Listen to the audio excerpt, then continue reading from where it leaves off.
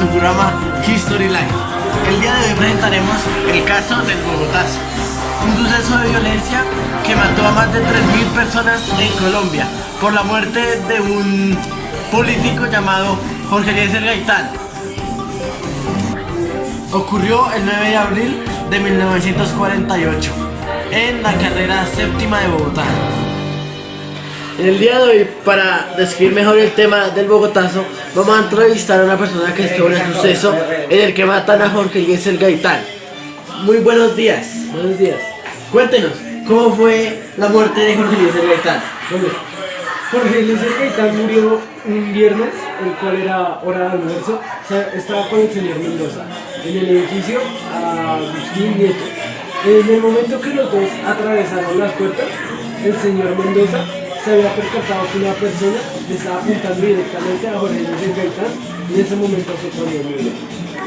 La clínica central, que está ubicada en la calle 12, número 444, para intentar salvarle la vida. El doctor Hernando Guerrero anunció a la 1 p.m. que el doctor Jorge Eliezer Gaitán acaba de morir. Bueno, lo que pasó después de que le propinaran los tiros a Gaitán fue que el Sierra, que era un funcionario policial que supuestamente, o pues dicen que él fue el que le pegó los tiros a Gaitán, fue corriendo y detrás de él una multitud.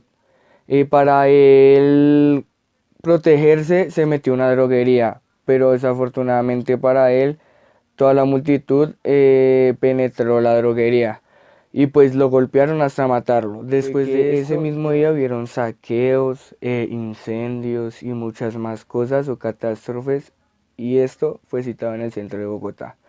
Pero luego se terminaron esparciendo por toda Bogotá, haciendo así que después de un tiempo se situaran en más ciudades de Colombia. Militares y policías intentaron calmar las cosas, pero pues era muy difícil. Entonces pues de ahí unos pidieron refuerzos y demás, pero pues los demás u otros se unieron a las revueltas, otros simplemente cogieron armas y disparaban contra los manifestantes. El Bogotazo fue una especie de guerra civil, el cual fue formado por la muerte de Jorge Eliezer Gaitán el 9 de abril de 1948.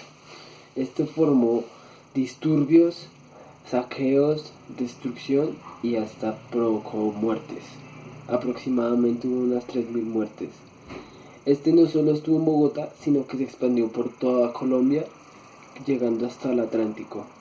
Y a la vez, sus participantes fueron policías, parte de los policías que se dividieron en dos grupos, los que se unieron a la protesta y los que no se unieron a la protesta pues intentaban detenerla, y decía que habían participantes de carteles, también personas normales con odio y también bandas criminales en Bogotá. Incitaban a la destrucción y al odio por parte de los liberales hacia los conservadores, los cuales hacían un llamado de rebelarse a todas las partes de Colombia contra los conservadores para que no se dejen amedrentar y que puedan otra vez tener la hegemonía. Expresidente de Colombia. Al ingresar a la presidencia empezó a prohibir las reuniones públicas. Esto para evitar que las personas se reunieran a armar más violencia en el país. Cerró el Congreso y después despidió a todos los liberales del gobierno, lo que ocasionó que los liberales no presentaran ningún candidato a la presidencia en 1949, por lo que ganó Laureano Gómez, conservador. En el gobierno de Gómez se contabilizaron más de 1.000 muertes por mes.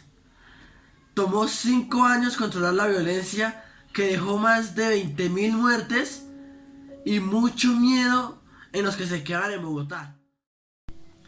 Tiempo después de haber ocurrido las masacres del Bogotazo, surgieron los conocidos grupos armados que desafiaban al gobierno porque sus ideales iban en contra del pueblo o no buscaban el bien común. En Colombia surgieron las FARC y el ELN en 1964 y el M-19 en 1970.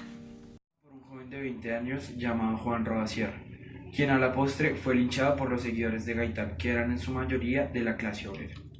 En el año de 1886, durante el gobierno conservador de Rafael Núñez, se redactó una nueva constitución política que institucionalizó muchos de los valores de su partido, dejando fuera de juego a los liberales y a otras tendencias políticas durante los próximos 44 años.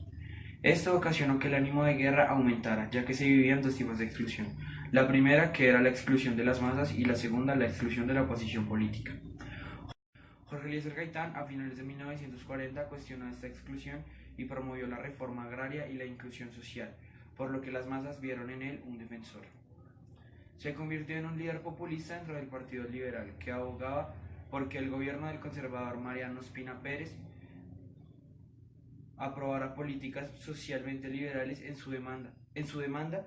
Gaitán unió a los trabajadores urbanos con los campesinos, con lo que los seguidores aumentaron y prácticamente aseguraban el triunfo en las próximas elecciones presidenciales. El 9 de abril de 1948, con la muerte de Gaitán, murieron las esperanzas de algún cambio en las formas de manejar el poder en Colombia, y se dio inicio a una de las etapas más sangrientas en la historia del pueblo colombiano, conocida como la violencia. En 1989, en la plaza central de Soacha, cuando se disponía a comenzar un discurso ante los miles de seguidores, fue asesinado por sicarios pertenecientes al cártel de Medellín, liderados por el narcotraficante Pablo Emilio Escobar Gaviria, quien lo mandó a asesinar por promover la extradición a los Estados Unidos de traficantes de droga o de sustancias estupefacientes. Concluimos que el asesinato de Jorge Eliezer Gaitán fue por causas políticas y el de Luis Carlos Galán fue ordenado por la delincuencia. Ambos eran candidatos presidenciales y por su fuerza política dentro del pueblo colombiano muy seguramente hubieran sido elegidos para desempeñar este cargo. Muchísimas gracias por vernos y recuerde que este siempre será su programa favorito, History Life. Hasta luego.